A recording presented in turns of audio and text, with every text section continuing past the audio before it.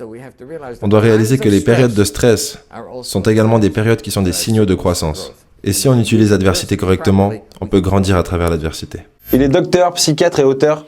Il s'appelle Abraham Twerski et dans cette vidéo, il va vous expliquer comment aborder le stress. Il y a quelque chose dont j'aimerais vous parler. Le stress et notre vision du stress. Ok ? Et je pense que c'est une chose importante parce que beaucoup de gens m'ont dit, suite à mes lectures, que c'est la chose qu'ils gardent à l'esprit. Ok ? J'étais assis dans la salle d'attente chez le dentiste et je lisais un article qui disait « Comment est-ce que les homards grandissent ?»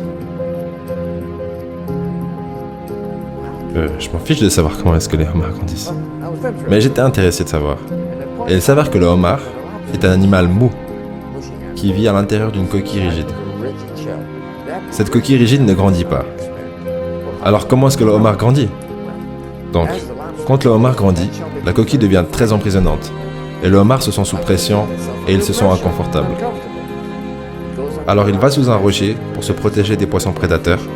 Il rejette sa coquille et en crée une nouvelle.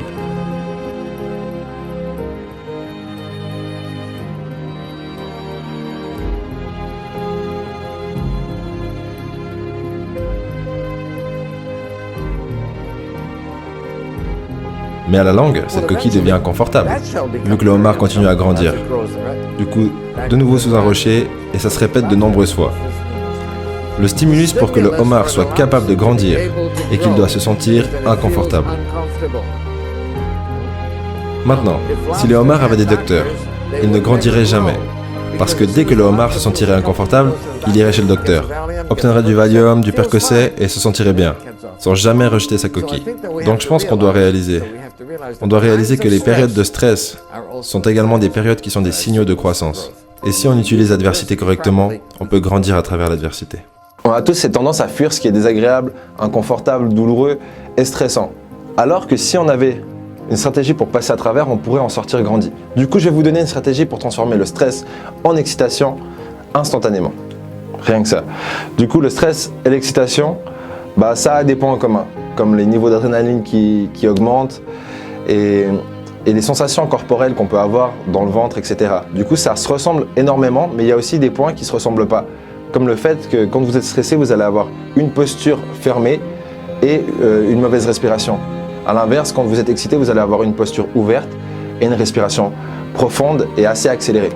Du coup, ce qu'il va falloir faire quand vous êtes anxieux, c'est avoir une respiration plus profonde, une posture ouverte, et au lieu de vous dire « Oh merde, ça va commencer dans 2 minutes », par exemple un événement à venir, vous allez plutôt vous dire « Yes, ça commence dans 2 minutes » et changer la signification du message que vous envoyez à votre corps. Du coup, ça c'est la stratégie. Ça a l'air de rien, mais c'est juste incroyable. Sinon, il y a Ludo qui voulait me donner un livre. Dominer le stress et les soucis. Dominer le stress et les soucis par Dale Carnegie. Moi, je ne l'ai pas encore écouté, mais connaissant Dale Carnegie, le livre audio peut être que génial. Du coup, je vous mets le lien dans la description.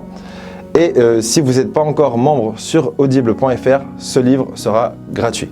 Sinon, si la vidéo vous a plu, un petit pouce en l'air comme d'habitude, je vous remercie et je vous dis au prochain épisode. Mais le voyage le plus important à travers lequel chacun d'entre nous devra passer, c'est le voyage qui se trouve en nous.